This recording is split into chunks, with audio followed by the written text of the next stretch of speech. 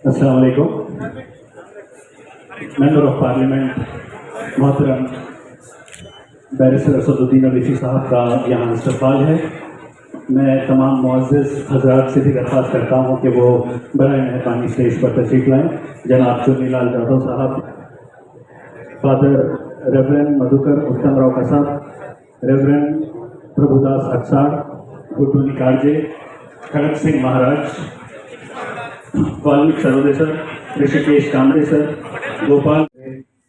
बड़ी माजरत के साथ हमारे पास मुखर्रिर बहुत ज़्यादा है। आप लोगों से दस्तबस्ता गुजारिश है कि आप लोग अपने ख्यालात का इजहार बराए मेहरबानी 5 मिनट में करें।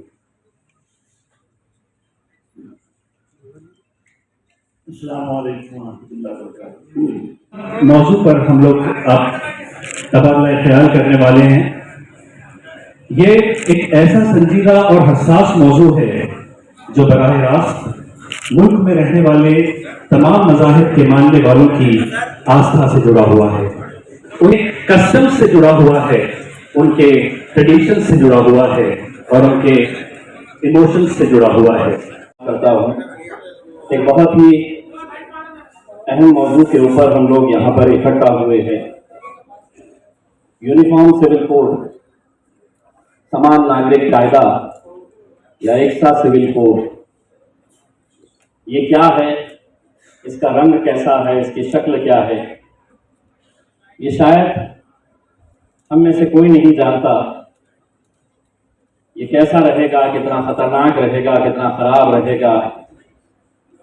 लेकिन इसके बावजूद भी अगर इतने सारे लोग, इतनी सारी जात, धर्म और मजहब के लोग अगर एक साथ मिलकर आए हैं, तो इसका मकसद ये है कि हम सभी लोग जानते हैं कि हुकूमत की नीयत पे हमें शक होता है, तेरे इरादों के ऊपर हमें शक होता है। हम ये जानते हैं कि एक नया खेल खेलने के लिए हुकूमत फिर मैदान के अंदर आई है। इस मुल्क की खूबसूरती क्या है? मैं तो हमेशा ये कहता हूं कि दुनिया के अंदर अगर सबसे खूबसूरत मुल्क कोई है तो वो मेरा भारत देश है।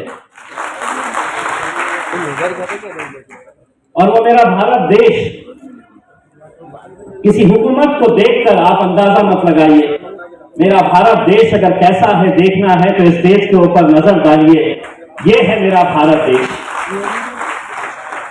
जहां पर सिख है, बुद्धिस्ट है, क्रिश्चियंस है, चर्मकार समाज के है, ट्राइबल्स है, बोहरी समाज है, शिया है, एससीज है, एसटीज है, ये सब एक साथ मिलकर आते हैं तो भारत देश बनता है। लेकिन क्या वजह है कि जब भी इलेक्शन करीब आता है, मैं तो ये कहता हूं कि इस हुकूमत से अगर पूरी दुनिया में अगर कुछ सीखना चाहिए कि जाति, धर्म और मजहब के नाम के ऊपर लोगों को बांटो, लोगों के बीच में दरारें और दीवारें पैदा करो और अपनी हुकूमतें चलाते रहो, अगर पूरी दुनिया को अगर किसी से सीखना है तो हमारी इस हुकूमत से सीखना चाहिए कि हम अपनी हुकूमत हासिल करने के लिए कैसे कैसे खेल खेलते हैं, कैसे साजिशें और कैसे षड्यंत्र रचे जाते हैं। और ये पहली बार हो रहा है, ऐसा नहीं है। इलेक्शन आया तो कभी ट्रिपल तलाक के मुद्दे के ऊपर इलेक्शन लड़ा जाता है। वो एक इलेक्शन आया तो हमारी बच्चियां नकाब पहनेगी, हिजाब पहनेगी या नहीं पहनेगी, इसके ऊपर इलेक्शन लड़ा जाता है। एक इलेक्शन आता है तो सीएए के नाम के ऊपर हमसे कागज दिखाने के लिए कहा जाता है। हमारे मरहूम, हमारे बाप दादाएं जो आज इस मिट्टी के अंदर खबरों से चीख चीख कर कह रहे हैं कि तुम मुझसे कागज मांग रहे हैं, यह खबर इस बात की गवाह है कि यह मुल्क मेरा भी है। इलेक्शन गया तो सीआईए, सीए, एनआरसी भी चला जाता है। और अब इलेक्शन आ रहा है तो कोई हैरानी हमें नहीं है। यहां पर जितने भी लोग बैठे, किसी को कोई हैरानी नहीं है। हम जानते थे तुम्हारी नीयत, तुम्हारी मंशा, तुम्हारे इरादे क्या है। इस मुल्क को यूनिफॉर्म सिविल कोड की जरूरत नहीं है। इस मुल्क को यूनाइटेड यूनिफाइड कंट्री हम कैसा बना के रख सकते हैं, इसकी जरूरत है। लेकिन आज बहुत ही अफसोस के साथ ये कहना पड़ रहा है कि आज सरकार जो है सिर्फ इस नजरिए से जा रही है कि मुझे दोबारा इस मुल्क के अंदर जाति जाति धर्म मजहब के अंदर लोगों को बांटना है और हुकूमत में आना है। ये कैसी बात है। इस मुल्क के लॉ कमीशन, जो इस मुल्क के अंदर कानून क्या होंगे वो बनाने वाली लॉ कमीशन 1 साल पहले कहती है कि यहां पर यूसीसी नहीं चाहिए, तो सरकार उन्हें शायद ये धमकाती है कि अगर तुम्हें यूसीसी नहीं चाहिए तो हमें लॉ कमीशन भी नहीं चाहिए, क्योंकि लॉ भी हम ही है, कमीशन भी हम ही है।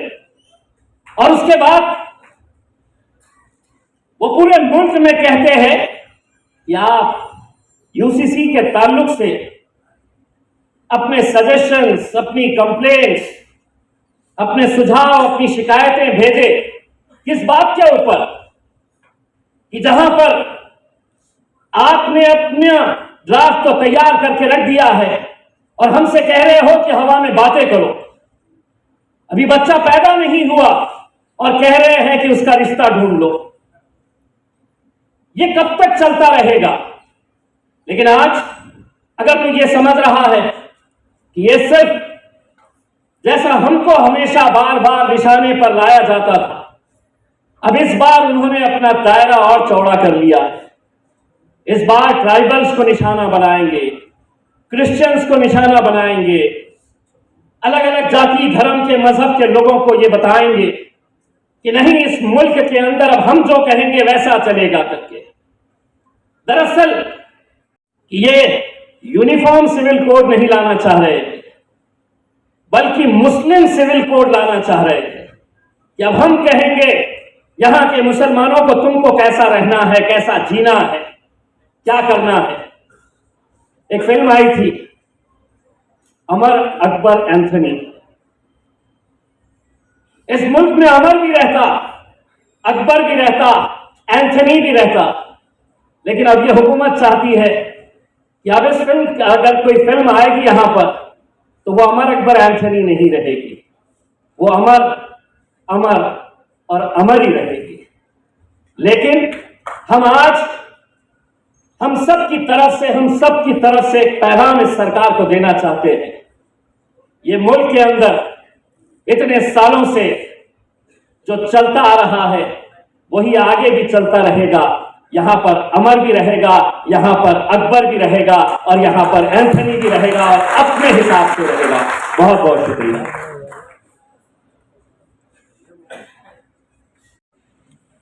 वो रुकने पार्लिमान औरंगाबाद मोहतरम जनाब इम्तियाज जलील साहब,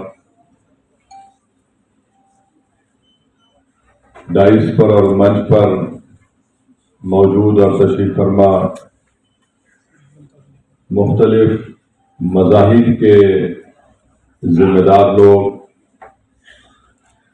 मेरे मजलिसी रुफ़ा, मालेगांव से तशरीफ लाए रुकन असम्बली मजलिस इत्तेहादुल मुस्लिमीन हजरत मौलाना मुफ्ती इस्माइल साहब, मुअज़्ज़िज़ हाज़रीन कराम, बुजुर्गान मिल्लत, मैं सबसे पहले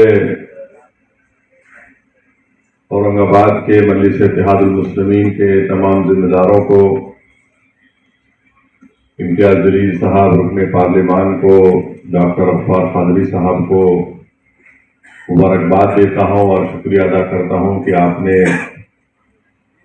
आज का इस इजलास का इनेकाद अमल में लाया। और इसकी अहमियत में और इजाफा इसलिए हो गया क्योंकि मुख्तलिफ समाजी और मज़ाहिब के लोग ने भी आज के इस मीटिंग में शिरकत की। मैं आप तमाम का दिल की गहराइयों से शुक्रिया अदा करता हूँ। आप तमाम ने, हमने पिछले 2 घंटे से तमाम अहम बातें हमने सुनी। मैं उसमें ज्यादा इजाफा नहीं कर पाऊंगा क्योंकि बहुत सी अहम बातें यहां पर रखी गई हैं। पिछले 40-50 साल से ये संघ परिवार का एजेंडा रहा है कि भारत में यकसा सिविल कोड को नाफिज किया जाए, चाहे वो जनसंघ के रूप में थे या फिर बाद में बीजेपी के रूप में, सियासी रूप में आज जो है। ये पुराना इनका एजेंडा रहा है। मैं अपनी बात को आगे ले जाने से पहले अगर हम तारीख पर नजर डालेंगे तो तारीख में हमको ये मिलता है कि 28 अक्टूबर को 1931 को मोहनदास करमचंद गांधी ने भारत के मुसलमानों को एक तयख्खुन दिया था कि उनकी शरीयत में मुदाखलत नहीं की जाएगी। कांग्रेस ने अक्टूबर 1937 में यही बात कही। नेहरू ने अप्रैल 6, 1937 को यही बात कही। फिर 1966 17 मई को लोकसभा में जो उस वक्त के लॉ मिनिस्टर थे जनाब जीएस पाठक साहब ने ये कहा, मैं अंग्रेजी में पढ़ के तर्जुमा करूंगा कि personal laws are mixed up with religion and that we can not coerce people to accept our views about the religion and customs.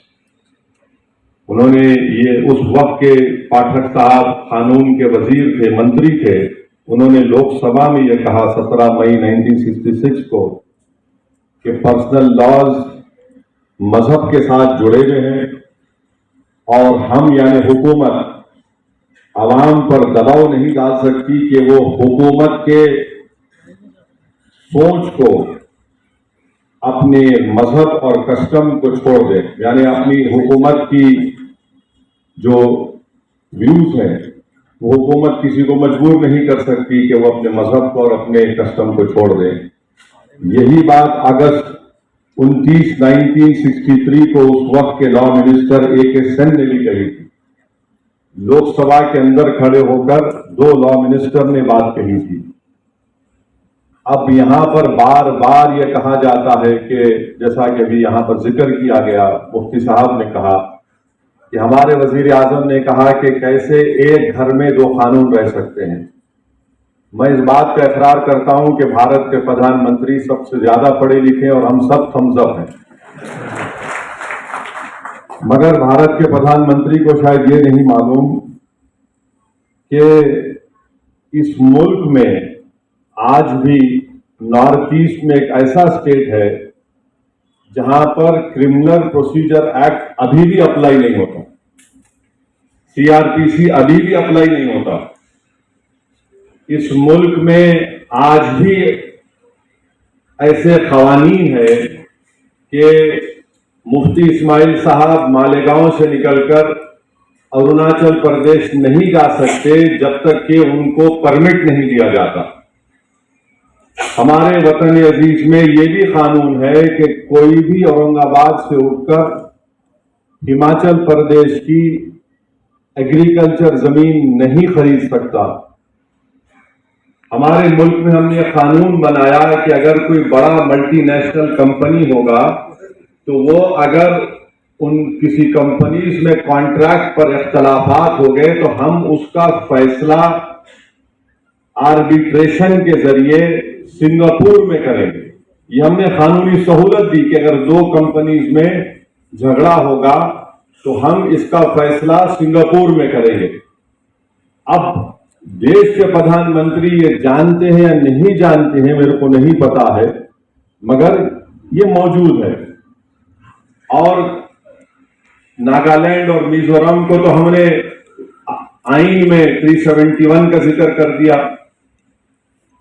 अच्छा, फिर ये भी आप देख लीजिए कि ये इस मुल्क की खूबसूरती है कि यहां पर मुख्तलिफ किस्म के लोग रहते हैं। ये बोलना कि यकसा सिविल कोड जनसंघ और आरएसएस की शुरू से साजिश ये रही कि भारत की सबसे बड़ी अकलियत मुसलमानों की एक मजहबी शनाख्त को खत्म कर दिया जाए और मैं आज आपके दरमियान में खड़े होकर खुलकर कह रहा हूं कि बाज अगर हमारे जिम्मेदारों को मुस्लिम पर्सनल लॉ बोर्ड से इख्तलाफ है तो इख्तलाफ रखिए आप, मगर एक बात याद रखिए कि ये जो शरीयत application act 1937 dissolution of marriage act 1939 है, ये आपको इस बात की इजाजत देता है कि आप कुरान और सुन्नत के मुताबिक अपनी जिंदगी आसान होगा इसमें। तो इसलिए इसको पर्सनल लॉ बोर्ड से अगर किसी इख्तलाफ रखिए, मगर इससे ऊपर उठकर देखिए इसको आप। अच्छा, जब आईन बना जा रहा था, जब आईन बन रहा था, ये दोनों कानून को नहीं हटाया गया। 1937 के और 39 के कानून को नहीं हटाया गया था। आईन बन गया और ये कानून का हिस्सा भी बन गया। तो जो बात अंबेडकर और उस कमेटी में आईन बनाने वालों ने नहीं सोची, आज भारतीय जनता पार्टी सोच रही है। और मेरा मानना यह है कि मैंने शुरू से कहा और आज भी कह रहा हूं कि अंबेडकर से बड़ा संविधान को समझने वाला आज तक कोई पैदा नहीं हुआ, ना पैदा होगा। ये एक बात। अब जो अहम बात यह है कि ये बोला जाता है कि दुनिया में कहां पर है दो कानून, बताओ आप। तो हम उन लोगों को बताना चाह रहे हैं जो भारत के लोगों को बेवकूफ समझते हैं। इंग्लैंड में जाइए, आप, मैं पढ़ा हूं इंग्लैंड में। इंग्लैंड में दो क्रिमिनल लॉ है, स्कॉटलैंड का है, इंग्लैंड का है। क्या मुल्क कमजोर हो गया? फिर बोलते नहीं यहीं पर तुमको पर्सनल लॉ है। नहीं, गलत। पड़ोस में श्रीलंका है, वहां पर पर्सनल लॉ है, श्रीलंका में है। अच्छा, फिर आप दुनिया में बोलते कहां है बताओ? आपको जानकर हैरत होगी कि इजराइल में, इजराइल के जो इजरायली मुसलमान है, वहां के शहरी, उनको पर्सनल लॉ उनका है, उनका चलने की इजाजत है। फिर सिंगापुर में है। अब आप बताइए, फिर ये बार बार ये झूठ फैलाया जाता है कि नहीं सिर्फ भारत में इनकी तुष्टीकरण हो रही है। ये नहीं है। अब मैं आपके सामने जो बातें रखना चाह रहा हूं कि ये यूनिफॉर्म सिविल कोड से सबसे ज्यादा अगर तकलीफ होगी तो हमारे हिंदू भाइयों को होगी। और वो क्यों होगी मैं बताता हूं आपको। मैं कानून का हवाला देकर, क्योंकि बहुत सी बातें कही गई हैं, मैं कानून का हवाला देकर हमारे हिंदू भाइयों को और बहनों को पैगाम देना चाहता हूं कि आपको एक सहूलत दी गई है। हिंदू मैरिज एक्ट 1955 में सेक्शन 5, सबसेक्शन 4 और सबसेक्शन 5 में, उसमें यह कहा गया कि शादी उन लोगों में नहीं हो सकती जिनमें सपिंडा रिलेशनशिप हो, मगर आगे जाकर कहा गया however there is exception carved out if there is a custom और यूसेज। यानी आप इन माने अगर आपके हिंदू भाइयों में है कि अगर उनके वालिद के 7 नस्लों में और मां की तरफ से 5 नस्लों में कोई रिश्तेदार है तो शादी नहीं होगी, मगर उसका एक्सेप्शन दे दिया, यानी उसका एक्सेप्शन उनको दे दिए। अब आप ये एक्सेप्शन खो देंगे, क्योंकि जब यूनिफॉर्म सिविल कोड अगर आएगा तो एक्सेप्शन कैसा मिलेगा आपको? अगर आपका कस्टम है तो फिर मेरा भी कस्टम है, याद रखिए आप। तो यकसानियत कैसा होगा? अगर पैदा करना है तो कैसा होगा? ये आपका नुकसान होगा। दूसरा सेक्शन 7 है ceremonies of Hindu marriage act का, कि आप अपनी शादी अपने कस्टमरी राइट्स के तहत, यानी आपके जो रिवायती हैं उसके तहत आप करें। यूसीसी आएगा तो सेक्शन 7 चला जाएगा। सेक्शन 29 सेविंग्स का क्लॉज है, वो चला जाएगा। और सेक्शन 2 सबसेक्शन 2 है जो शेड्यूल्ड ट्राइब्स को एग्जाम करता है, उनको ये कहा जाता है कि उसमें कहा गया कि Hindu marriage act scheduled tribes पर अप्लाई नहीं होगा, तो फिर ये हमारे शेड्यूल्ड ट्राइब भाइयों का भी नुकसान होगा। फिर सेक्शन 3 का डेफिनेशन है जिसमें ये बताया गया कि कस्टम एंड यूसेज क्या है वो आपसे चला जाएगा हमारे हिंदू भाइयों से। और तमिलनाडु के हमारे हिंदू भाइयों को मैं कहना चाहूंगा कि Hindu marriage Tamil Nadu amendment act 1967, इसमें अंग्रेजी में पढ़ता हूं, सेक्शन 7 उसमें डाला गया 1955 के कानून में। क्या कहा गया? Introduce a special provision regarding Suya Mariyathai and Seerthiruththa marriages, और उनके जो कस्टमरी रिचुअल्स है उसके तहत करेंगे। अब जब यूनिफॉर्म सिविल कोड लाया जाएगा तो आप इस चीज से महरूम हो जाएंगे तमिलनाडु में। फिर हिंदू सक्सेशन एक्ट पर आ जाइए आप। हिंदू सक्सेशन एक्ट ये कहता है कि सेक्शन 5, ये देखिए सेक्शन 5 आप लूज कर देंगे। माने अगर किसी को एक स्टेट है, किसी को एक को दे दिया आप, एक आदमी को, और इसका मिसाल दे रहा हूं, बीजेपी के जो शाही खानदान के लोग अभी बीजेपी मध्य प्रदेश में है, भाई और उनके मरहूम भाई और बहनों में आज भी कानूनी केस चल रहा है। नाम लूंगा तो फिर मीडिया वाले 6 बजे से मेरा निकाह शुरू करेंगे, तो अक्लमंद को इशारा काफी है। तो ये कानून अगर आप यूसीसी आएगा तो हिंदू सक्सेशन एक्ट 1956 का सेक्शन 5 चला जाएगा आपका। और फिर आप आ जाइए section 6 devolution of interest in को पार्सनरी प्रॉपर्टी, यह भी गायब हो जाएगा। इससे नुकसान हमारे हिंदू भाइयों को होगा। क्यों होगा? क्योंकि जॉइंट हिंदू फैमिली में को पार्सनरी है वो ज्यादातर मिताक्षरा कानून पर है। अब मुसलमानों को समझने की जरूरत है कि हमारे हिंदू भाइयों में 2 स्कूल ऑफ थॉट है, एक दया भागा है, एक मिताक्षरा है। तो अब ये होगा तो फिर ये मिताक्षरा के स्कूल ऑफ थॉट से आप लोग महरूम हो जाएंगे। और फिर हिंदू अनडिवाइडेड फैमिली, यानी अगर कोई हमारे हिंदू भाई को सहूलत दी गई है, सिवाय सिर्फ हिंदू भाइयों को, कि वो अगर कोई बिजनेस शुरू करे, कारोबार, बोले हिंदू अनडिवाइडेड फैमिली में उनको टैक्स से रिबेट मिलता है इनकम टैक्स में। और अगर यूसीसी आएगा तो हमारे हिंदू भाइयों को 2015 का इनकम टैक्स का ये रिकॉर्ड बताता है कि 3065 करोड़ रुपया का उनको टैक्स रिबेट मिला। अब ये कैसा रहेगा फिर यूसीसी में? ये हमारे हिंदू भाइयों को सोचना पड़ेगा। फिर आप आ जाइए सेक्शन 2 है उनका, सबसेक्शन 2 है, ट्राइबल एरिया में जाके बात करें यूसीसी की। शिंदे चले जाएं, अब तो 3 in 1 हो गए, अजीत पवार भी चले जाएं। महाराष्ट्र के आदिवासी एरिया में जाके बोले हम लाएंगे, देखो क्या नतीजा निकलता वहां पे। करना छत्तीसगढ़ में जाके बोलो, इलेक्शन है 3-4 महीने में। राजस्थान के कबायलियों को बोलो, आप आदिवासियों को। हम यही बताना चाह रहे हैं कि ये जो भारत की खूबसूरती जिसका जिक्र इम्तियाज जलील साहब ने किया, यही खूबसूरती है भारत की। बार बार बोलते अमेरिका में ऐसा है कि अमेरिका में, अरे अमेरिका में ये कल्चर है। अमेरिका में इतने 2000 से 3000 कितने कल्चर है? नहीं है। अच्छा, अमेरिका में हर स्टेट में उसका अलग कानून है, मगर फिर भी अमेरिका ताकतवर है। या उल्टा बोलते हैं, भारत के वजीर आजम बोले कि एक मुल्क में घर में 2 कानून कैसा रहेंगे। तो ये बात है, इसको समझने की जरूरत है। और अगर नहीं समझेंगे तो फिर आप मुल्क को कमजोर करना चाहते हैं। और फिर किसी एक टीवी चैनल पे बोले कि हम एक सर्वे करें, 8000 औरतों का सर्वे करें।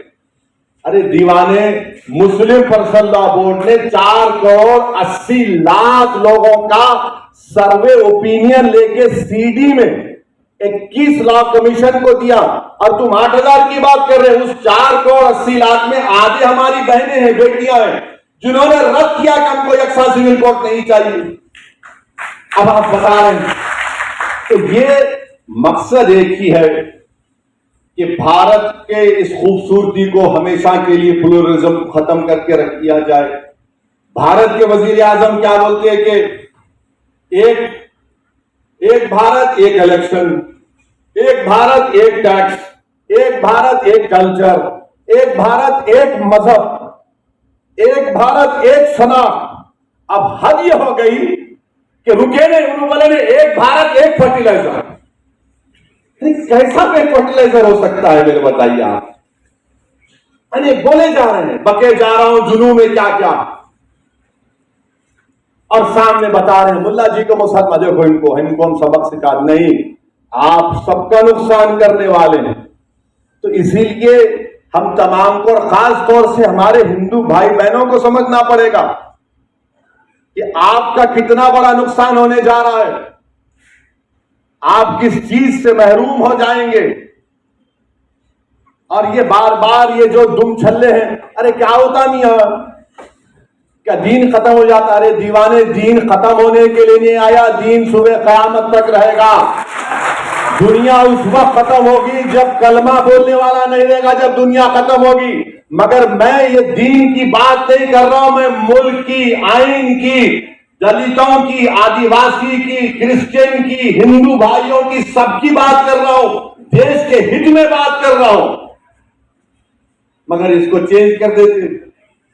अब हमारे मीडिया वाले भी सोच रहे होंगे कि अब कहां से इसको पकड़ना, नहीं पकड़ सकते आप। कहां से पकड़ के पकड़ो आप? कोई कैरम बोर्ड है, क्वीन को कब गिराएंगे, किंग को कब गिराएंगे? मुल्क है भाई, मुल्क को चलाना है। ये भारत है, 130 करोड़ का देश है, इसको आप 2 मिनट नूडल के साथ नहीं चला सकते। लाई नूडल खरीदे, 5 मिनट बनाए, अम्मा देखा बच्चे को, क्या बच्चा खाता बैठ के, ये ऐसा नहीं है भारत में। 130 करोड़ का देश है, यहां पर हमा किस्म के लोग हैं, हमा किस्म के रंग के लोग हैं, हमा किस्म के सोच के लोग हैं। इसीलिए तो हमारे बुजुर्गों ने तो अंग्रेजों से खिलाफ लड़ा था कि इस मुल्क को ऐसा रखेंगे हम। और मैं अपनी बात को खत्म करूंगा इस बात पर, 2 बात पर खत्म करूंगा कि जो हमारा 21वां लॉ कमीशन था, चौहान साहब ने क्या कहा था कि कल्चरल डाइवर्सिटी कैनॉट बी कमाइज to the extent that our urge for uniformity itself becomes a reason for threat to the territorial integrity of the nation. Justice Chauhan साहब 21वीं लॉ कमीशन के चेयरमैन थे, उन्होंने कहा कि कल्चरल जो डाइवर्सिटी है उस मुल्क की, जो खूबसूरती है, उसको कॉम्प्रोमाइज इस हद तक नहीं किया जा सकता यूनिफॉर्मिटी के नाम पर कि ये हमारे भारत की टेरिटोरियल इंटीग्रिटी के लिए खतरा बन जाए। ये सुप्रीम कोर्ट का जज कह रहा है, बीएस चौहान साहब कह रहे हैं। और फिर बाबा साहेब अंबेडकर ने क्या कहा था? बाबा साहेब अंबेडकर ने यह कहा था, बाबा साहेब अंबेडकर ने कहा था, कब कहा था वो भी बोल रहा हूं, 2 दिसंबर 1948 को बाबा साहेब अंबेडकर ने कहा था, It is therefore quite impossible for anyone to conceive that the personal law shall be excluded from the jurisdiction of the state. Having said that, I should also like to point out that all the state is claiming in this matter is a power to legislate. और आप देखिए यहां पर बाबा साहिब ने क्या कहा, There is no obligation upon the state to do away with personal laws. यानी state के ऊपर ये कोई ऑब्लिगेशन नहीं है कि पर्सनल लॉ को हटा दे। फिर बाबा साहब आगे कहते हैं कि it is only giving a power, therefore no one need be apprehensive of the fact that if the state has the power, the state will immediately proceed to execute or enforce that power in a manner that may be found to be objectionable by the Muslims or by Christians or by other community in India. फिर बाबा साहब कहते हैं we must all remember, सबको इस बात को याद रखना है, बशमूल मुसलमानों को। माने बाबा साहब कह रहे हैं, अंदर पार्लियामेंट में जब आइन बनाया जा रहा था, including members of Muslim community who spoke on this subject, that no one can, though one can appreciate their feelings very well, that sovereignty is always limited, no matter even if you assert that it is unlimited, because sovereignty in the exercise of that power must reconcile itself to the sentiments of different communities. No government can exercise its power in such a manner as to provoke the Muslim to rise in rebellion. ये बाबा साहिब ने कहा कि कोई भी हुकूमत अपने अख्तियारात को इस तरह से अगर इस्तेमाल करेगी कि मुसलमानों को प्रोवोक करे कि वो रोडों पर निकल कर आए, रेबेलियन करें, ये बाबा साहेब अम्बेडकर ने कहा। और क्या कहा बाद में बाबा साहेब ने? I think it would be a mad government with it so. Baba Saheb ने कहा अगर ऐसा कोई करेगा तो पागल हुकूमत है, ये बाबा साहेब अम्बेडकर ने कहा था। But that is a matter which relates to exercise of the power and not to the power itself. ये बाबा साहेब अम्बेडकर ने कहा था। अब नरेंद्र मोदी जो बाबा साहेब अम्बेडकर का नाम लेते लेते नहीं थकते, उनको पढ़ना चाहिए। ये आरएसएस वालों को जो झूठी मोहब्बत करते हैं बाबा साहेब से, उनको पढ़ना चाहिए। और ये जो सेक्युलर पार्टी है, चाहे वो कांग्रेस हो, राष्ट्रवादी हो, उनको मैं पूछना चाह रहा हूं, कांग्रेस पार्टी को, नाकिस है किताब। इन गुलामों का यह मसलक है कि नाकिस है किताब कि सिखाती नहीं मोमिन को गुलामी की तरीक। ये वो लोग हैं। और किसी शायर ने एक जगह पर अच्छा कहा, खुद बदलते नहीं कुरान को बदल देते हैं, हुए किस दर्जे के फकीयान हरम बेतौफीक। ये वो लोग हैं। अब आप देखेंगे दिल्ली में एक फंक्शन होने जा रहा है, ये रंग बिरंगी कपड़े पहन के पूरे पहुंचने वाले हैं। रंग बिरंगी कपड़े, एक एक रंग का एक एक रंग में जमे हुए हैं लोग, मगर इनका रंग, इनका दिल बीजेपी से मिला हुआ है। वहां पहुंच के बोलेंगे डरने की कोई बात ही नहीं है। मैं उन लोगों से भी बड़ी साफ तौर पर कहना चाह रहा हूं, याद रखो, शरीयत रास्ता है, तरीकत मंजिल है। शरीयत पर कोई कॉम्प्रोमाइज नहीं किया जा सकता। अगर कोई अब कह रहा है कि मैं सूफिज्म को, तरीकत को मानता हूं, तो फिर जुनैद बगदादी ने रहमतुल्लाह अलैह ने क्या कहा था? जुनैद बगदादी रहमतुल्लाह अलैह ने कहा था कि सूफी वो है जो दुनिया में मर गया और अल्लाह के लिए जिंदा है दुनिया में। अब ये लोग, अब दिल्ली में होने जा रहा है एक प्रोग्राम, ये सरकारी मुसलमानों का, ये पूरे बैठेंगे और कोई फिक्र की बात नहीं है। अरे तुम इतने बड़े बड़े आस्थानों से आते हो, तुम इतने बड़े बड़े औलिया अल्लाह के आस्थानों से आते हो, अरे बादशाहों के महल वीरान हो गए, बर्बाद हो गए, मगर वो आस्थाने आज भी आबाद है। क्यों आबाद है? क्योंकि वो जो लोग थे उन्होंने दुनिया को तर्क किया, अल्लाह की मोहब्बत को सामने रखा, रसूल अल्लाह सल्लल्लाहु अलैहि वसल्लम से ढूंढ कर हर चीज से ज्यादा मोहब्बत की, क्योंकि आज दुनिया उनको याद रखती है। मगर आज दिल्ली में आप जाएंगे और आप बोलेंगे नहीं, कुछ परेशानी की बात ही नहीं है, कुछ भी नहीं है। मेरे दोस्त, आपको अगर ये हुकूमत की खुशामद करना है, करिए, मगर एक लाइन डालिए, एक लाइन डालिए, उससे आगे मत जाइए आप। अच्छा, और एक बात मैं आपको बताकर, क्योंकि असर का वक्त होने वाला है। हाँ बिल्कुल, आप पंचवक्ता नमाजी नजर आ रहे, माशाअल्लाह। अच्छा है, बहुत अच्छा है, वेरी गुड। मेरे लिए दुआ करना भाई, गुनाहगार हूं। दुआ ये करना कि अल्लाह जबान में और तेजाबी दे। अच्छा, ये अब मुसलमानों को निशाना बनाते, हर टीवी प्रोग्राम अब देखो यकसा सिविल कोड का होता, क्या दिखाते टीवी पे? बुरखे में जा रहे बहन हमारी बेटी, अरे मुसलमान टोपी पहन के जा रहा। इनको ऐसा है, ये बड़े तकलीफ में है, इन पे जुल्म किया जा रहा है, जायदाद में हिस्सा नहीं दिया जा रहा है। मैं चैलेंज के साथ कह रहा हूं, दुनिया में अगर सबसे पहले किसी ने किसी महिला को जायदाद में हिस्सा दिया तो वो रसूल अल्लाह सल्लल्लाहु अलैहि वसल्लम इस्लाम है। इस्लाम ने कहा दो औरत को जायदाद में हिस्सा दो। नहीं, मगर आप टीवी पे दिखाते बड़ा जुल्म हो रहा। अरे ये बिल्किस बानो का जुल्म तुमको याद नहीं आया? बिल्किस बानो को तुम भूल गए? ये जो बच्चों को जो नासिक में गाड़ी से उतारकर मॉब लिंचिंग करके मार दिया गया, उनकी कमजोरी तकलीफ याद नहीं आई तुमको? जिन बच्चों को हिजाब पहन के जा रहे उनका हिजाब खींचा जाता है, वो तकलीफ याद नहीं आई आपको? अब ये बताना कि देखिए मुसलमान, अरे मेरे दोस्त, सच्चाई ये है। और फिर और एक बात कि मुसलमान बहुत शादियां करते, कहां है रिकॉर्ड? बताओ कितने शादियां हम करें? बताओ, निकाल के बताओ ना, कितने शादियां मुसलमान करे, कितने शादियां हमारे हिंदू भाई करे, कौन कौन से कितने करे, बताओ। अच्छा, जो करे उनके साथ उनकी जोरू नहीं रहती।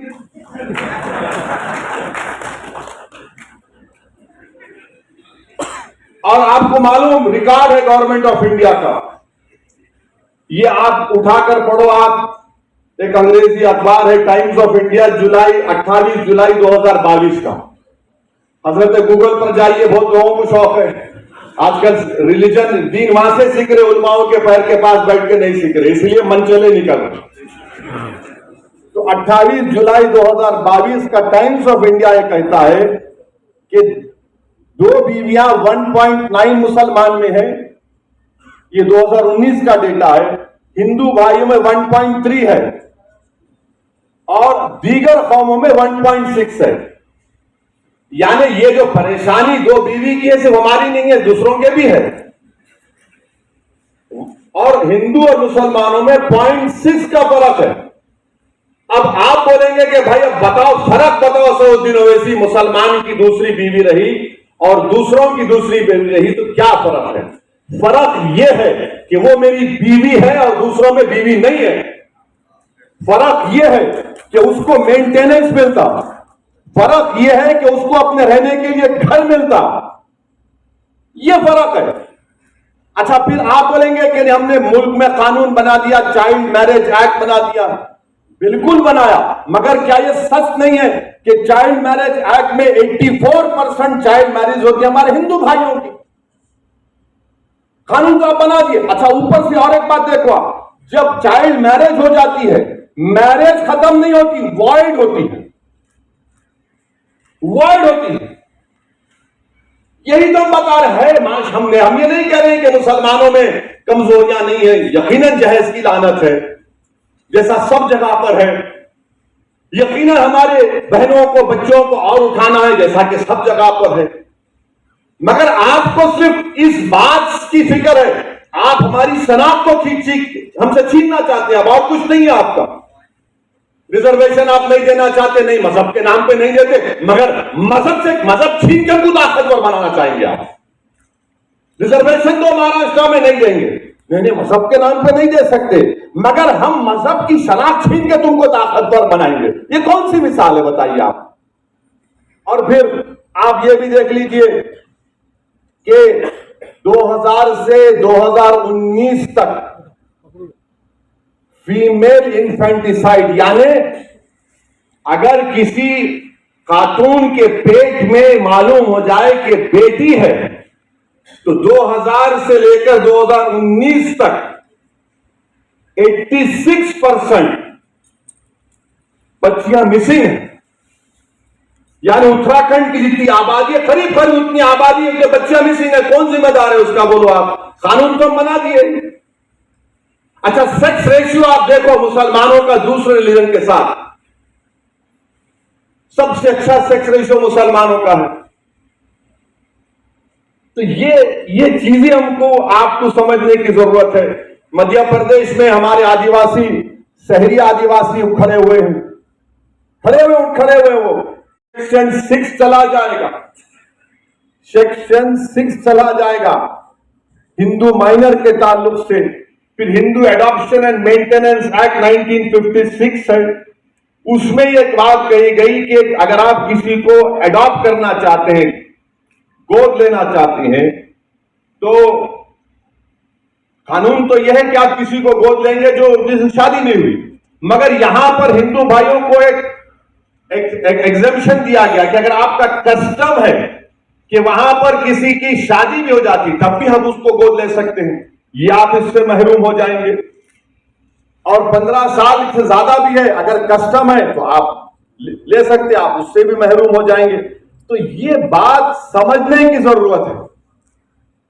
और अगर आरएसएस ये समझ रही है कि मुल्ला जी को निशाना बनाएंगे, तो भाई साहब आप हमारे नाम पे किसी और का नुकसान कर रहे हैं आप। और आप ये मत समझिए कि ये बातें सब नहीं निकलेंगी, आज निकल चुकी हैं, कल भी निकलेंगी। अब हमारे सिख भाई यहां पर बुजुर्ग बैठे हैं, उन्होंने अपनी तकरीर में अपने गुरु का फारसी शेर पढ़ा, मैं उनको आपको बताना चाह रहा हूं सर, इसमें आपका कैसे नुकसान होगा सिखों का।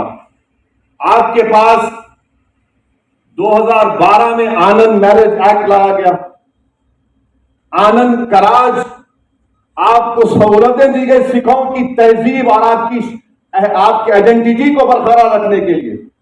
अगर यूसीसी आएगा तो आनंद कराज चला जाएगा सर, आप समझिए इस बात को। मैं तो शुक्रगुजार हूं शिरोमणि गुरुद्वारा प्रबंधक कमेटी का कि उन्हें साफ और वाज़ेह अल्फाज में कह दिया कि हम यूसीसी को कबूल नहीं करेंगे।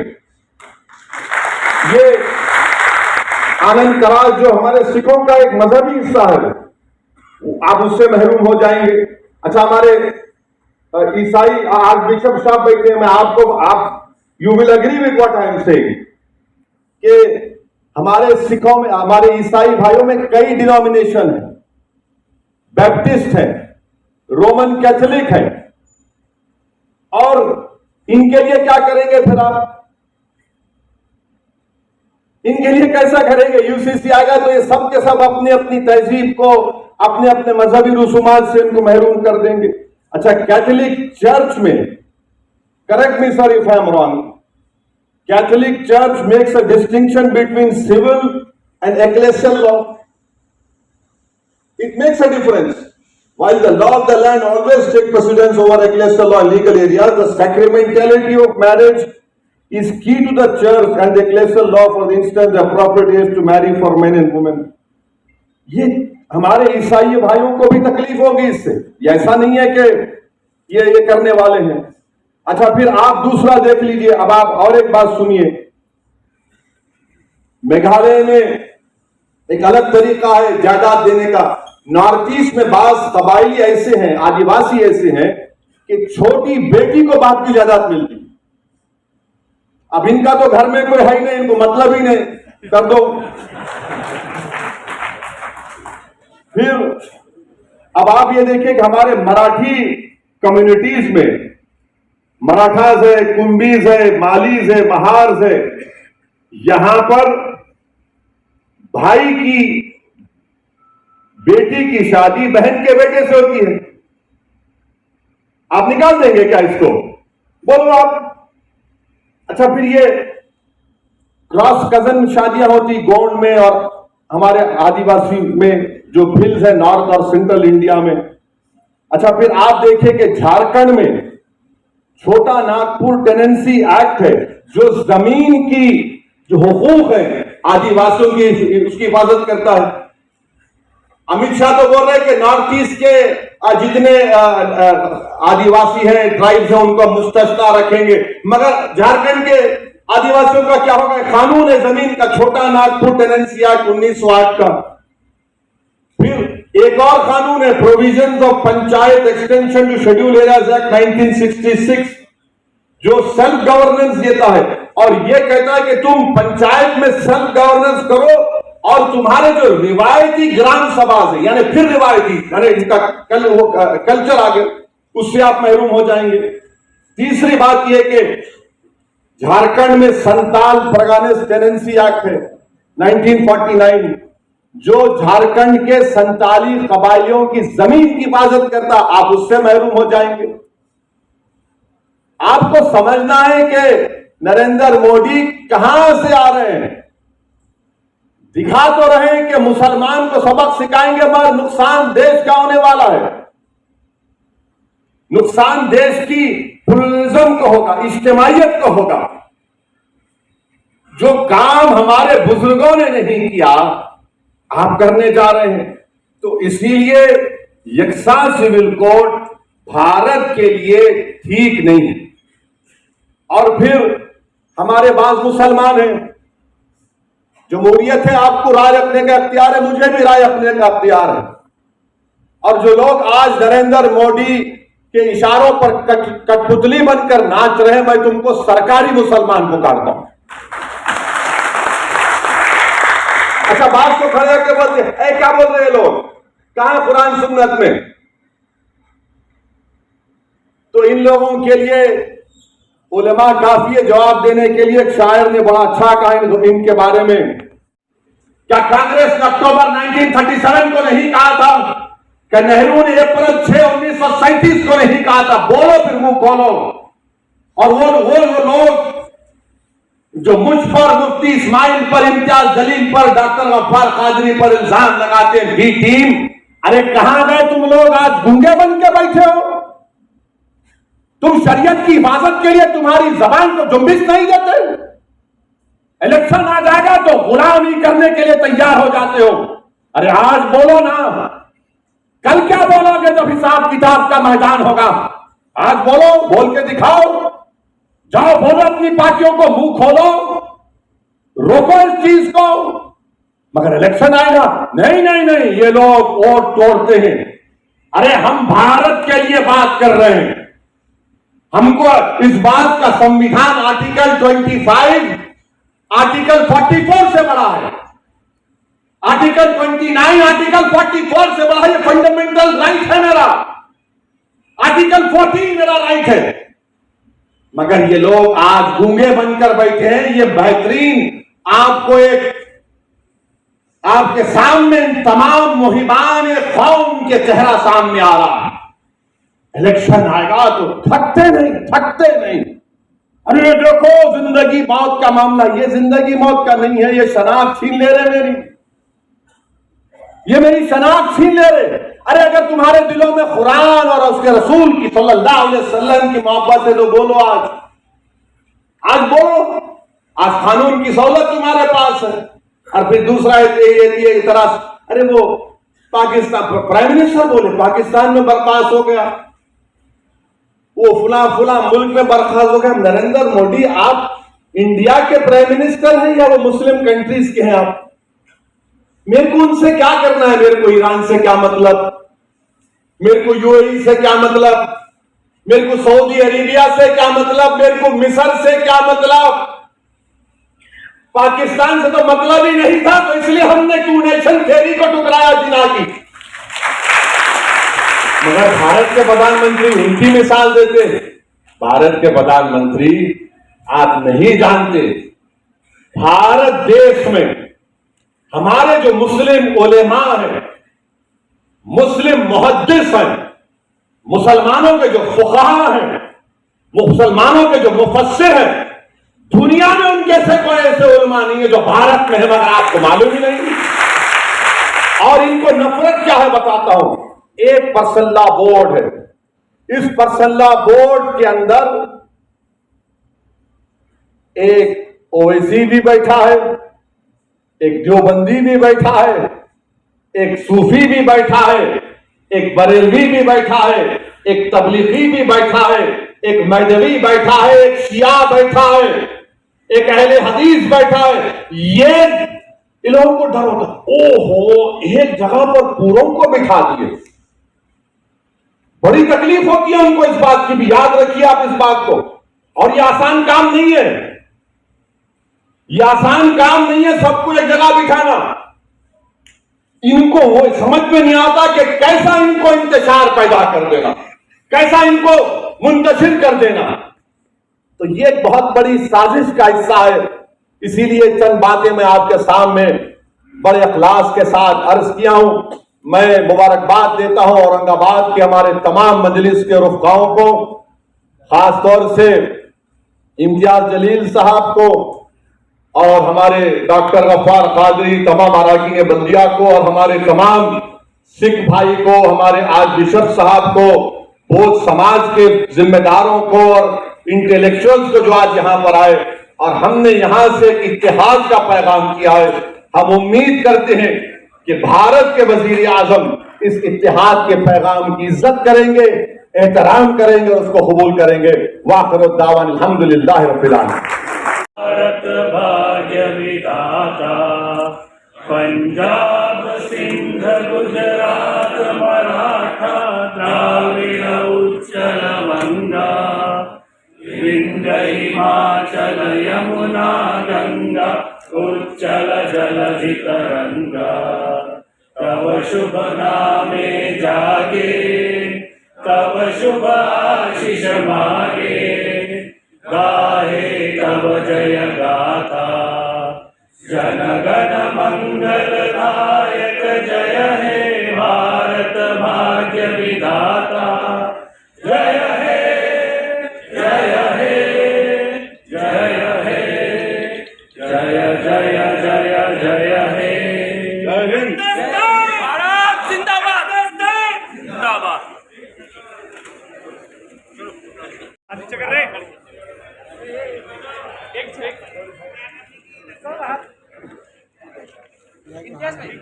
सबके एक दूसरे के हाथ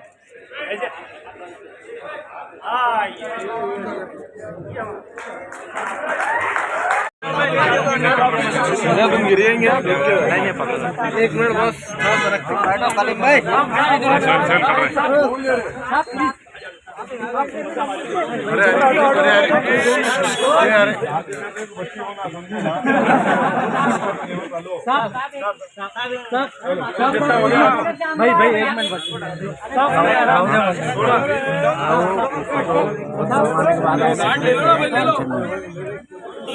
जाओ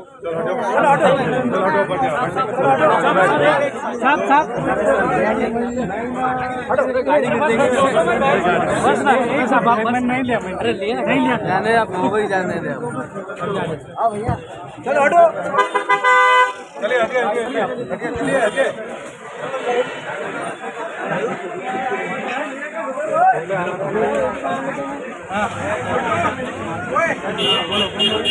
आगे